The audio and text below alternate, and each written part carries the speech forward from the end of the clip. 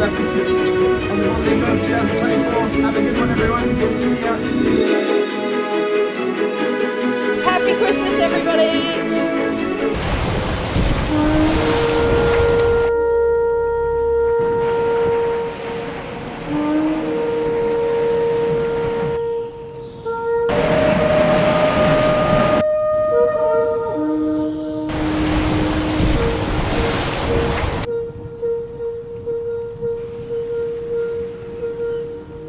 Hello, Seawolves, or should I say, ho, ho, ho, Seawolves. I mean, I have a beard, so, you know, I think I can, I hope you're all having a great day. I think by the time that this goes live, for most of you, it's going to be probably Christmas Eve already. So that's pretty interesting. And that also means that for the toast today, not only do I have something delicious in my official Seawolf mug, I also have this, some legit Christmas candy, which I'm going to eat while you watch the video. Here we go. 3, 2, 1. Cheers, Wolves. Merry Christmas.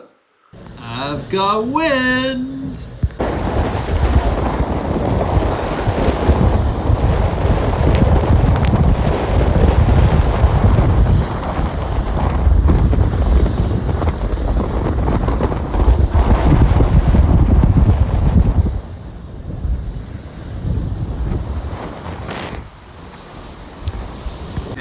That's me, and that's that wind.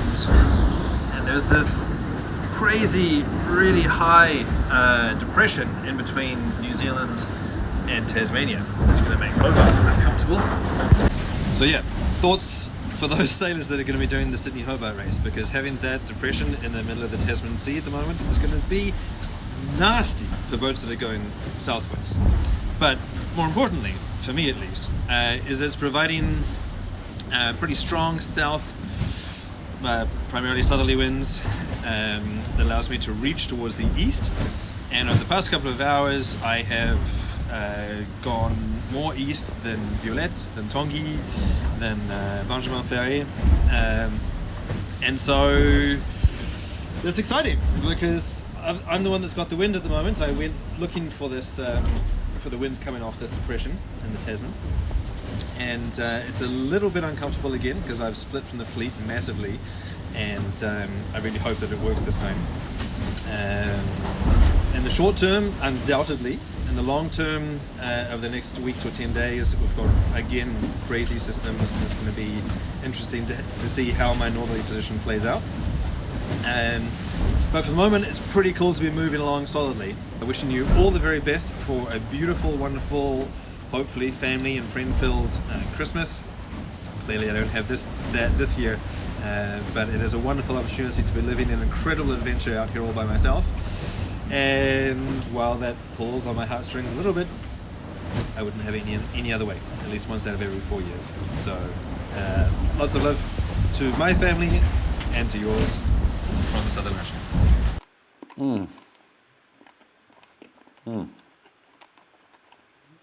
Oh, that's good.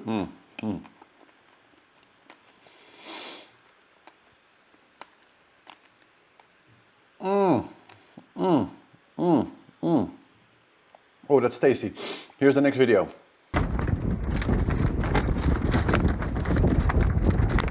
Merde! Putain! C'est là où tu as dû péter, quoi! Chier! Merde!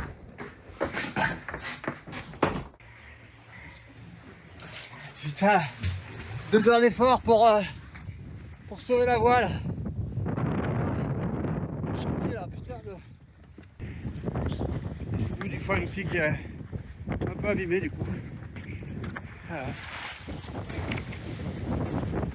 Voilà. Monstrueux le travail. Yeah, so that was kind of the one downside or down point of this last 24 hours. Yannick Besthaven, I'm not entirely 100% sure what happened.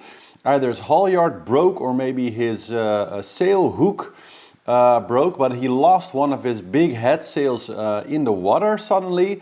On its way down, it also damaged one of his other head sails that he had up. I think it was his J2 at that moment. So the entire sail went in the water, and it took him about 2 hours. You did see him, he did finally get it back on board again, but took him quite a bit of time, and so both the sail that went overboard is completely damaged, so he can't use that anymore. And the J2 was I think damaged maybe by the hook as the sail came down, and so Yannick has to climb in the mast and do some repairs in order to kind of make give himself the possibility to hoist a big front sail again, because he does have another A sail, but apparently there's something wrong with either the halyard or the hook, or maybe the halyard just broke. Yeah, he's got some major mast repairs to do when the wind gets light enough. So a bit of a problem, unfortunately, for Yannick. For the rest, of course, the big story today that both Yoann and Charlie, now the fastest in any Vendeglobe ever around the Cape. So Yoann officially kind of won that battle, a little bit like I said he very likely would, because his the design of his boat just slightly favored this particular circumstances, and so though the ultimate record of course goes to Yoann, they really both moved the record quite a large bit, because there was, I think, about only a few miles in between them as they came in view of each other through the Cape. And so the new record now set by Yoann Richomme is 43 days, 11 hours, 25 minutes and 20 seconds, and while the old record was 47 days. So they shaved 4.5 or so days off of that record, and so yeah, in that sense also still a big achievement for Charlie as well, because they both really moved the needle on this record with several days. And I think that's also a very good indication again of the fact that foils work, the new designs work. The foils definitely give a massive advantage, and when you shave 4 days off of the record, that is quite crazy. Also interesting is how incredibly spread out the fleet is. So I don't actually think in last Vendeglobe, I didn't look it up, but maybe some of you can let me know in the comments here if I'm right or not. I don't think we ever seen the situation where we had multiple people past Cape Horn already, when the last boat in the race still hadn't crossed Cape Lewin before, or not Cape Lewin, the Cape of Good Hope before. So that is also quite interesting, that the spread of the fleet is just huge, like really insane. It's literally halfway around the world now, kind of between where one part of the group is and where kind of the end of the fleet is. So that is also kind of wild if you think about it. One of the questions actually for the Q&A was like, how do how do the skippers emotionally deal with the fact that when they just passing Cape of Good Hope and kind of hearing that some of the leaders are already in Cape Horn? That's a good question. I don't really know. I mean, most of the people that are racing in the back, they are more in it for the adventure part, so they know that they're not going to be competing with the front, and that they're kind of sort of by now almost in a class of their own. Let's say it's kind of like a subclass, you could say, within the IMOCA fleet with the much older boat. This is also why there are some parts of the fleet, IMOCA boats, that are no longer allowed in the fleet anymore, because yeah, they're just too old. The technology is just too far behind. Maybe they've gone around the world already too many times, and it just would be, the difference would just be too big. So it's very likely that by the end of this race, different choices may be made for the next race also, who knows. Was there anything else? No, that was actually the two main points today. So we'll get into the small details in the tactical overview, but let's get to the Q&A. Let's just start with the first one. So I did this time, I don't have the names, but I put a lot of questions that just kind of a lot of people asked. So one thing that a lot of you commented about is that I didn't really comment on Boris's capsizing a few days ago. So Boris actually flipped his entire boat 360 degrees around and basically kept on sailing. So he got out of it kind of unscathed and sailed on. And there were a lot of questions like how did he do that? How did he like get kind of upside down and then right the boat again? Well, so a good way maybe to explain this or to kind of visualize it. So if we think of this little book as the boat, and we have the big keel, you know, right? And so the swing keel can kind of do this. So this is sort of the amount of kind of swinging, that's why it's called the swing keel, it can do, is quite large. So when you're under sail like this, the keel is like very much extended, and you can literally, if you're sitting on the rim, you can like see it. It's that far straight. Now, basically what happens is when the boat flips over, the keel is still going to be like this. And essentially all of the Immoccas are designed so that if it would be like upside down and with the keel sort of straight, right? If you move the keel even just a little bit to either side, that should be plenty, like that's like enough weight, let's say, because the entire bottom of the boat and the bulb in the keel is about 2.5 times or so the weight of all the stuff that is on the other side. So the weight dispersion is very big. And so when you just place the keel more to the side, it just automatically pulls the boat back over. The only thing that can kind of stand in the way of that is the sails and the water. So you can imagine that the sails have kind of a large surface, right?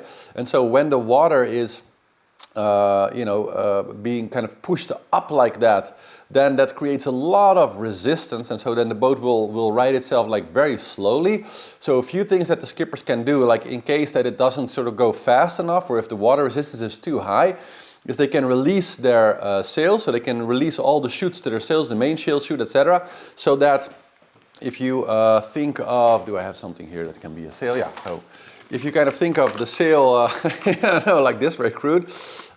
Now, if you release the sails, like this, it has a lot of surface, but when it can go like this, if the boat is sort of coming up, then it has much less water resistance. And so that's really the only two things that need to be done, because the Immocca design, you also saw this all the way in the first episode of the season when I was on board of Pip Hare's boat, and I was talking to Geoff about all the extra volume that they needed to add to the deck. So they had to put like new pieces of foam and bolt them to the deck and stuff. You can also see on Malizia actually this big sort of it's almost like a drum or something on the front of the deck.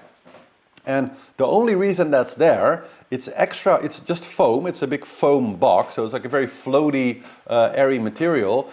And the reason that it's there is to help with safety. So it's just there, it's a bit of an eyesore actually on most of the boats, so most people, skippers don't like that it's there. But it was a last minute addition. So in this edition, they kind of last minute changed the rules a little bit, obligating all of the boats to carry more volume in the top of the deck because the foils have gotten bigger. So kind of because the foils gotten bigger, they found out that that creates more of a problem with rewriting the boat, because it's kind of extra resistance when the boat's upside down and you have these big wings in the water. That also makes it kind of hard, because it's like a flat surface that kind of then has to push through the water sort of laterally. So they figured out that this was actually could be potentially dangerous, in like higher seas and stuff, that it could present a real problem where a skipper, might not actually be able to right the boat easily enough, because essentially switching the keel should be the only thing needed to right the boat, if it isn't already. And so that's why they mandated this, and why all the boats kind of last minute had to add a lot of volume to their roofs. And I guess for Boris it's good news, since he's so far the only one that actually capsized this particular race. And apparently, he managed to right the boat like, quite good. There wasn't any like major damage or anything like that. And in essence, that's also how it is designed. So even though especially if you're completely a non-sailor, like if you sailed lasers or small catamarans, then you know that capsizes are not that uncommon. Like in smaller boats, they often will go over, and all of those boats have systems to right them again, essentially. And it's the same with Immocca. So even though it's highly unlikely that they ever capsize, because the weight dispersal is so much in favor of the boat kind of staying upright, because the keel is so heavy and all of the weight is so much more heavier on the water side, let's say, than on the top side, that it's almost impossible. But you know, it's like with every model, and like you can, it's like Murphy's Law, right? You can like try to prevent all the problems. If you prevent like, if you, there's like 5 ways for something to go wrong, and you make sure that all 5 things can happen, then there will always be like a 6th way how it can still go wrong, right? And so, yeah, this is something that just sometimes happens. But in general, if there's no, you know, it's not like the mast breaking or anything like that.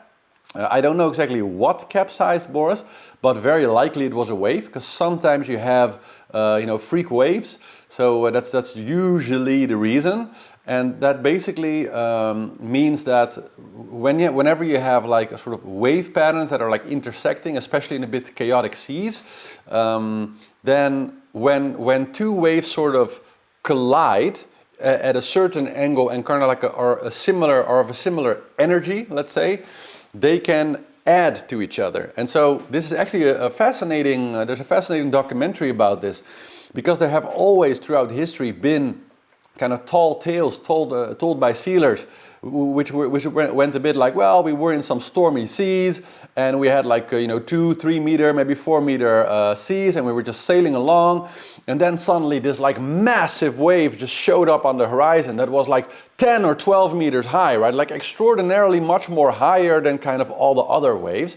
And science actually for decades denied that this was possible. So all the scientists were very sure, like, no, this doesn't exist, this is just sailors exaggerating, and they're just, you know, they're telling tall tales in the local cafe and all that stuff. But then they started to research this with buoys in various oceans, and they actually found out that this was true, that there are certain circumstances where when waves kind of get together, they can suddenly sort of almost like explosively grow. And they call them literally freak waves. And freak waves can sometimes be, you know, 2, sometimes 3 times more higher than the general seas around. And so this is something that it's not super frequent, but it happens with some regularity. It's also in the Atlantic Ocean, like Northern Atlantic and stuff. It's and in the North Sea you have them also. It's a bit of a seasonal thing. So it happens more in the winter and in like the stronger wind seasons. But it's also something that does definitely happen in the Southern Ocean as well.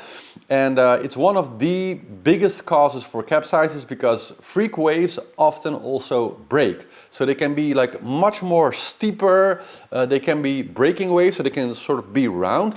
And so because you don't expect them, and especially if a skipper is sleeping, which of course happens a lot on the Vendeglobe also, then kind of everything can be stable and normal, and then all of a sudden there can just be 1 or 2 enormous waves, like way higher than the rest, that will sort of crash into the sails and like really come all the way over the deck, sometimes big enough to kind of like cover the whole boat in water. And in those cases, if the water actually runs into the sails, then, you know, the boat can sometimes capsize. In general, you know, for IMOCAs, if they have the keel extended all the way and the weight all on one side, they will pretty much, after kind of going over, more or less immediately right themselves. So I don't know like how much Boris actually needed to do, how much action he needed to take to right the boat. It's also very possible that it just sort of, you know, it rights itself, but it will be, you know, in a similar situation as if you would broach or if you would like do a Chinese jibe. So very likely you'll come out at an unfavorable angle with the wind sort of pinning you down. So the boat will still be like in a very problematic state, and then you have to kind of reset everything and get it back into the wind again. So it's not like it's gonna make a pirouette and just happily sail on, although that sometimes does happen. But so that's kind of what happened. So that's the most likely cause is some form of freak wave or unexpected wave, like from a different direction or something like that, just covering the boat and making him capsize. Because that's kind of now the only way really to do it. So if I had to bet money, I would say that it was probably a freak wave. Outdoor kayaking asked, a bit related to the show yesterday, about the boat, the differences between the design of Yoann's and Charlie's boat. You asked, is it more the design of the hull, the rig, the sails, or like what really makes kind of Yoann's boat, like I said, a little bit better in that kind of full-on downwind sailing, and gives Charlie a bit more an edge, you know, in the more varied, a bit more upwind or reaching stuff. So, well, it's really all of those things. So it's the hull shape, it's the rig, it's all this type of stuff. Each of the IMOCAs are unique, even though there are a few of them that come from the exact same mold. So they've been built on the same kind of design floor. So the basic hull design is the same, but many of them have you know, changed the front, like I showed you guys in the beginning of the show, with the new kind of bulbous keel, which is kind of the new thing. So in that sense, most of them are a little bit different. But in this particular case with Charlie and Yoann, it also has a lot to do with foil placement, you know, the sail cuts, and indeed kind of the shape of the hull, and like like all those kind of more small details for tuning, and that's kind of down to you know, how certain blocks are positioned and where everything is on the boat. So essentially the angle, let's say, at which the sails are into the wind and in relationship to the boat decides kind of how much power you can generate. And so there's just so many designs that go into it that it's like, it would be like a whole video on its own. Maybe I'll do that at some point to kind of show the different tuning options, let's say. But in short, the answer is that based on, so in Yoann's boat, for example, the foils are just a little bit more forward, which makes Yoann's boat a little bit less likely to nosedive. It's not that it doesn't nosedive, but because I think his boat is the one that has the foils like the most forward of the entire fleet now. And the idea behind that is because there's just less of the boat sort of sticking out, it just carries it over the waves, and it's not so bad that the rest of the boat is not entirely foiling and is sort of being dragged over, because it's being dragged over, so the resistance into the water is very low. And so when kind of downwind foiling, that gives, you know, percentage-wise, I don't know, maybe a 10% advantage or something like that, where it just nosedives a bit less. But when you take a 10% less nosediving advantage and apply that to, you know, the length of the race of a Vendeeglobe, that's a massive advantage, right? So that's kind of how you need to think about understanding the differences between the designs. It's not one thing, it's the rig, it's the hull, it's all those little differences adding together that create, you know, small percentage differences between the boat and between Yoann and Charlie. It's just because of the previous races, a bit of a known fact, like you could say, or we could just seen from experience, that Charlie generally does very well in situations that are not necessarily those full downwind sailing situations, but more like very sort of variable wind, more like reaching conditions, or around reaching conditions, whereas Yoann is doing very well in those circumstances also, but that Paprec Archaea in particular is just extraordinarily fast generally in those full-on downwind sails with like relatively flat seas. The boat just performs like extraordinarily well there, which is also why we saw him, you know, also as part of the boats that were breaking the 24-hour speed record. Of course, ultimately Sebastian took that, but he also improved on that several times, while Charlie did not, right? And so there's just some slight differences in the boat there and how they perform. So that's kind of the answer to that question. Then, how do the autopilots work? So you guys have a lot of questions about the autopilots. And yeah, so the components of the autopilot are in essence this. So it starts with, you have the wind sensor on the top of the mast. And you have a speed sensor, so that's like it's basically a laser these days, on the bottom of the hull that measures like the depth of the water, the speed over ground, and the speed through the water, right? And so you have the wind speed on top, and also the wind direction on top, and all of the data like from the water, like the speed of the boat, and it also measures like the angle of the boat and all this type of stuff. So that data goes through some wires, or sometimes even wireless these days, although in race boats they mostly have wired systems because that's just a little bit more reliable, a bit more faster, goes into a computer. Right, and the computer takes all that data, so everything, and especially the angle of the boat and sort of the movement of the boat. So there's a gyroscope in there that can very precisely see kind of how the boat is moving. And so there's like some brilliant mathematicians. This is a lot of like sinus and cosinus and all, like for you math geeks out there. There's a lot of fun calculus to be done there, and it essentially figures out kind of the regular path of the boat, and it creates, you could say, some kind of an image of what the boat is doing and what the sea state is, right? And so on the basis of that, the autopilot takes the polar of the boat. I also explained polars in an earlier episode. And it figures out with all the, so how fast is the wind, how much current do we have against us in the water, like all this type of data. It collates it all into a model, right?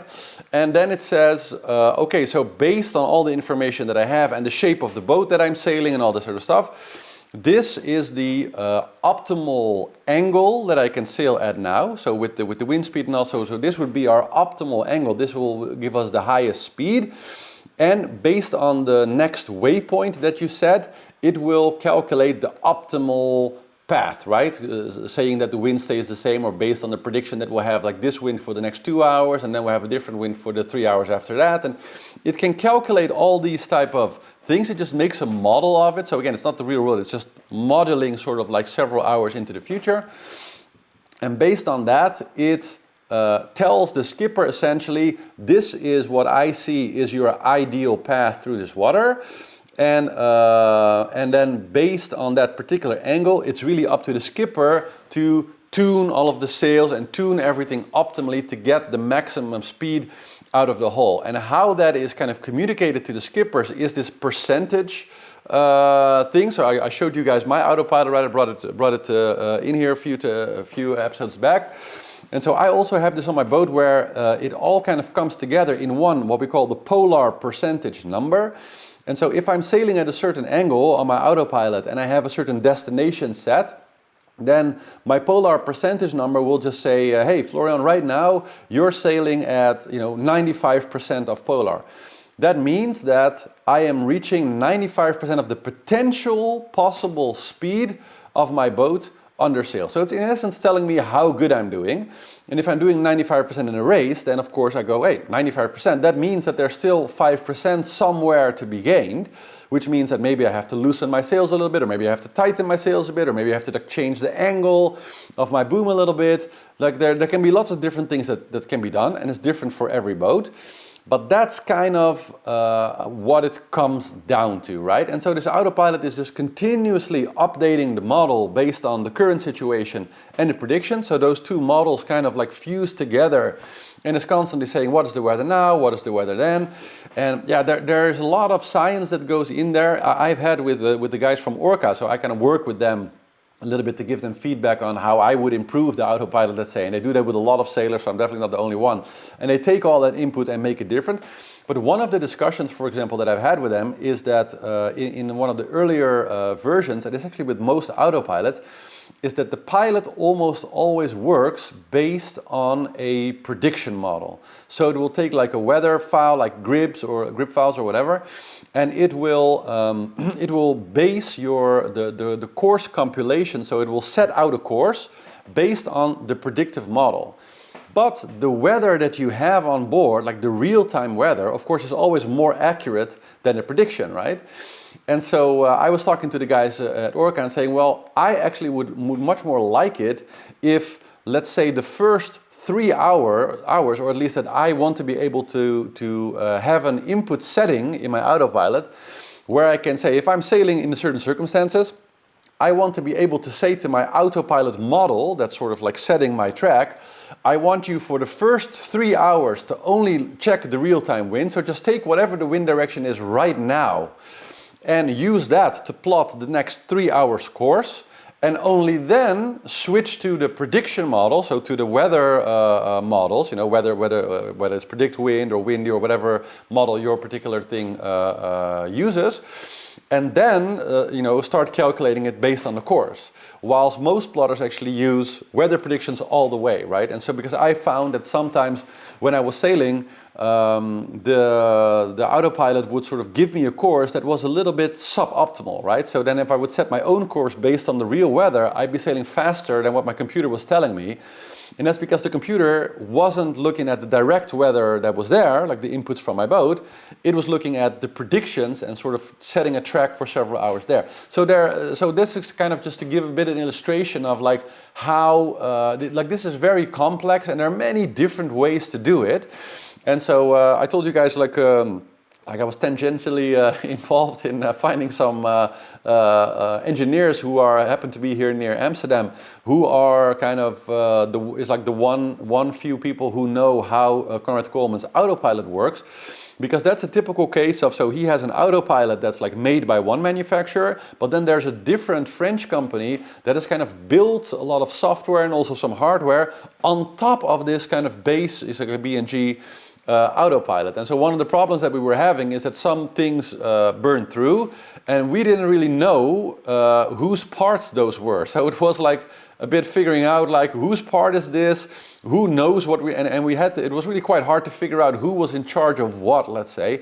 And that just goes to illustrate like how complex it is, because it's like hardware, software, and there are many different options. And also every skipper, every boat is different, but every skipper is also different as into how they want to use it. So that's why I like Orca so much, and that's kind of what I personally push for with the Orca plotter, is all this sort of customizable ways and sort of ways that I don't really see in other plotters, like having like a real-time window versus like an actual weather prediction window, and being able to make that shorter or faster or whatever, so that you can like plot on real-time, in situation weather and set the pointer. So that those can be like game-changing things, right? So yeah, just to give you an idea of like all the different things that are possible there. And this is an ongoing process of just developing that more and more, and every year there are more interesting ways that it sort of gets better and better. So that's kind of some stuff on Autopilot. Then, is it possible for Pip to have her sail remaked in Melbourne and continue for the rest of the race? No, not really, because of course she also needs a new mast. Now I don't know if there is a mast in Australia somewhere. Could be. Maybe one of the teams has a spare somewhere that she could have brought over there. But I think, but again, I'm not speaking for the team here, that very likely they will just transport the boat back to probably Britain, because that's kind of her home base, in order to fix everything. It is possible that they'll fix it there and that she'll actually sail the boat home, so that she'll continue the route. But yeah, make no mistake, there's some massive things to like replace the mast, and I'm pretty sure they don't have one right there. So the team, no doubt, is like very busy figuring out what they're going to do and how they're going to get the boat back sailing again. So they're definitely gonna get the boat back sailing again, but I would expect that probably they're just going to put the boat on a container ship and like transport it back, because it's also, costs and all these different things. But maybe if they find a way to repair it in Melbourne, could be possible that she will at a later time not really resume the race, because she's officially forfeited, so she's officially out. But we saw Samantha Davis in the last race, broke down, had some, I think, rudder damage, so had to go in at Cape of Good Hope, but fixed the boat there, and then unofficially finished the race by just doing the rest of the course and sailing the boat home. So, also a nice feed, and of course very good for her sponsors and things like that. So I definitely could see Pip doing something like that, but because it's the mast, and so like basically everything, the entire rig is broken, so you're looking at an entirely new rig. And yeah, I don't know how easy that will be to organize, because most of the race organization is in France and Britain, so all of the producers, all of the stuff is kind of in that area. and I don't think they have many of the spares laying around in Australia. Although, of course, both Australia and New Zealand are big sailing paradises, so who knows, maybe there is a fix there that you could do relatively fast, or maybe she could use like some kind of other different mast, like temporarily to sail the boat home. There are different options. I think it would be cool if she could fix it and sail home, but I wouldn't get my hopes up on that particular part just yet. So that's just my opinion. Then, could the sleep deficit become so critical for some of the skippers that at some point they have to stop and maybe like heave to for a day or two and just rest because they're just too tired? Interesting question, and like many people have asked like similar questions. Not really, and I would say that you get used to it. So it's not so that, so I would say the first 3 days, but that's just my personal experience, but the first 3 days is very tough because then you're going from your normal energized sort of awake state into this kind of like, well, I'm not going to say permanently sleep deprived, but it's sort of permanently sleep deprived way of being. But once you're in that state of mind, it is kind of stable. So you do get used to it and you just kind of go through the days, and there is definitely kind of sort of a deep tiredness, you know, at least I felt that like sort of in your body where you do know like, oh my God, when this is over, I'm gonna like sleep for a week, right? I remember it very vividly. I told you guys the story before, like when I came back, that it's also, yeah, I slept for like 2-3 days or something, but I couldn't sleep at first. So it was really hard to kind of get out of that rhythm of basically 2 hours up, 2 hours standby and 2 hours of, you know, quote unquote sleep. Doing that all through of course, what was it, like 8 days then.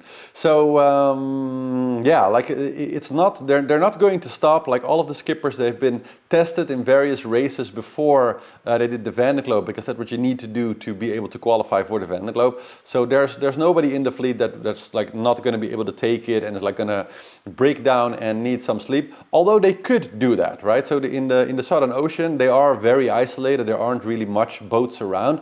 So if any of them was really like so tired that they felt like they needed to like take the sails down and just have the boat like float a little bit and do just a long sleeping session, I guess they could do that. But yeah, I don't think that any of them will. They just keep racing. And like I said, they mostly sleep actually in the day, because then the boat is more visible, it's more safe. So at night it's generally more dangerous. That's the time when they're like usually more awake, more active. And then in the day, if it's more safe, or if the wind is like more strong and they can't really do any jobs or anything like that, that's usually the moments that they'll utilize to sleep the most. So that's about sleep. Oh yeah, how do they manage drinking water? Do they have a mini distillation device on board? Yes, so all of the boats have a water maker. Right, because it kind of makes sense. They couldn't really bring enough drinking water anyway for the entire race, because you need thousands of liters. But it just makes sense. So they have a water maker, like a commercial water maker on board, which is basically a desalination. So it's like a big tube full of carbon, and they kind of load some seawater in there, and then it presses under very high pressure, pushes the water through the carbon filter, and it takes out all the salt and also all the like bacteria or anything like that. And out comes two, so they have like two taps. On one end comes out the brine, so that's all the salt and all the gunk and all the other stuff, and so they kind of just dump that overboard. And on the other side comes drinking water. And so generally, I think on the Volvo also we did also like every day or so we'd run the engine for a little bit, you know, for power, and then run the water maker, and we get like a jerry can, like just a simple jerry can. Most of them have a jerry can on board, where they just have like 2, 3, maybe 4 liters of drinking water, and that's basically their supply. And when it runs out, they just run the engine again and run the water maker, and then they have a few new liters of drinking water, and that's kind of how they manage it. Oh yeah, very interesting question. Why are the IMOCAs so loud? Can they not, you know, like do something like sound dampening to make it more quiet?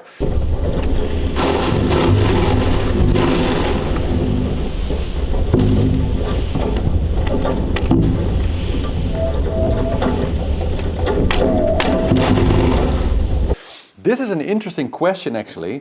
So the IMOCAs are made of full carbon, and so the interesting thing about carbon is that not only is carbon kind of a weird material, I saw recently an interesting video of somebody kind of talking about why there are some YouTubers who are having kind of carbon cruising yachts built. So Sailing La Vagabond is a good example of that. They have a carbon trimaran now, and yeah, that's on the one hand it's light, it's stiff, you know, like it obviously works to sail very fast. It's very strong. But one of the points made there was that, and that's very true. So carbon is is full of carbon. Yeah, it's full of carbon, right? So, and carbon, if you remember that little pencil experiment back in school, when you have to put like 2 electrodes, and you know the pencil goes on fire because carbon actually conducts electricity fairly well.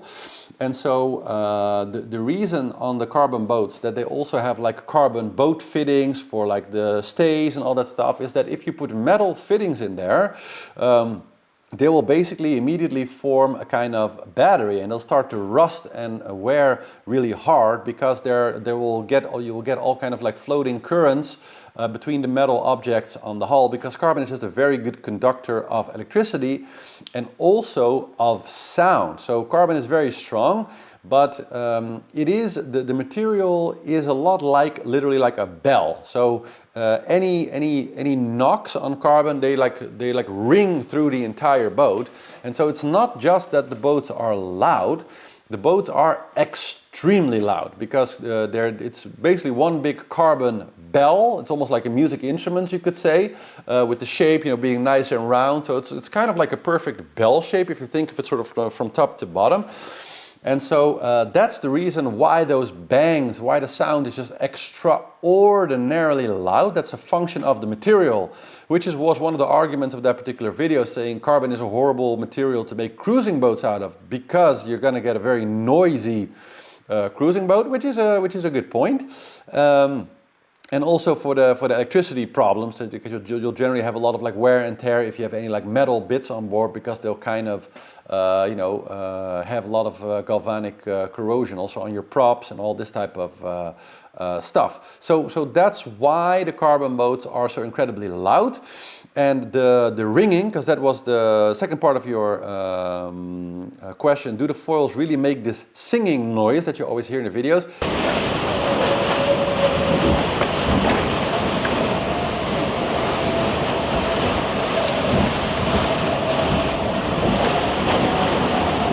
Yes, they do. So that's also a function of the foils are also made of carbon, so that has a similar yeah, it's almost like a metal. So it has a lot of properties that are very close to that what a metal would have. And metal is also very ringy, right? Like it has like sound.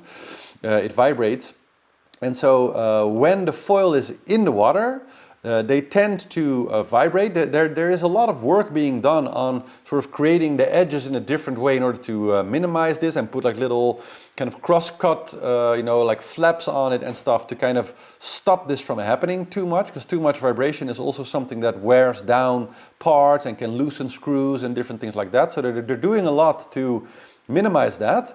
But yeah, when the foils are like active and sort of racing through the water, you can hear it nicely in the kind of the very fast video from that Yoann Richomme made with Archaea Perplexity.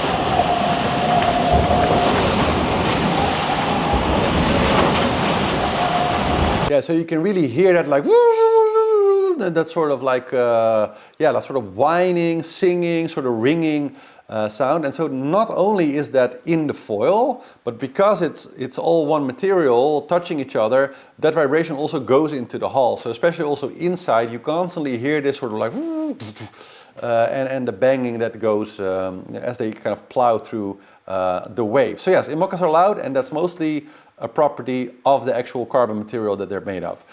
And then the final question, which I thought would be really cool question for this sort of Christmas Q&A, is what does clac clac clac mean? Because that's of course the famous catchphrase by Yoann Richomme.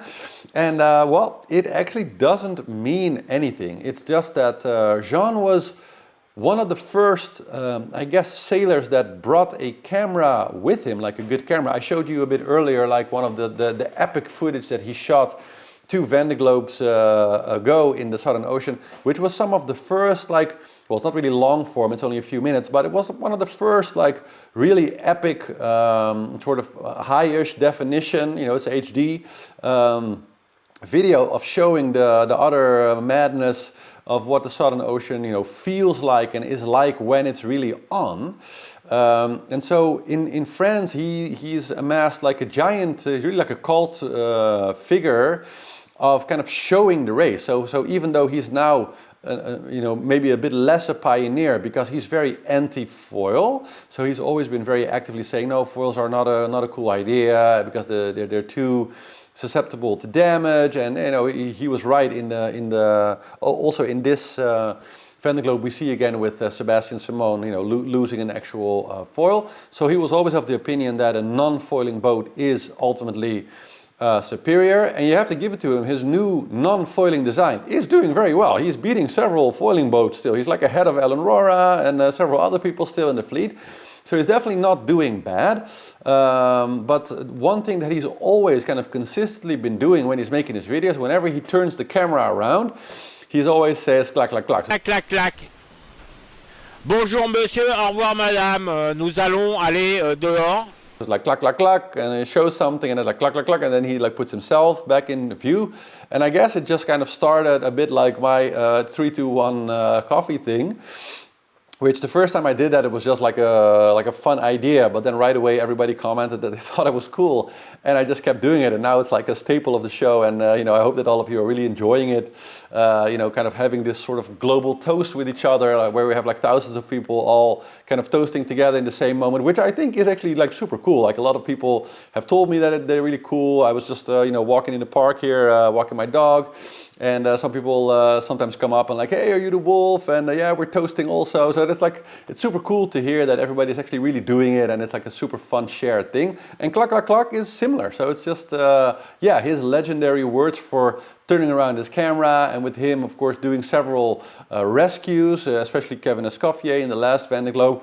Yeah, he just kind of became a legend, and yeah, every legend needs like some kind of catchphrase or something like that. And for Jean, it's clack, clack, clack, I guess. So yeah, with that, I guess that is the Q&A for now. So let's quickly dive into the analysis for today. Yeah, so dive in with me here.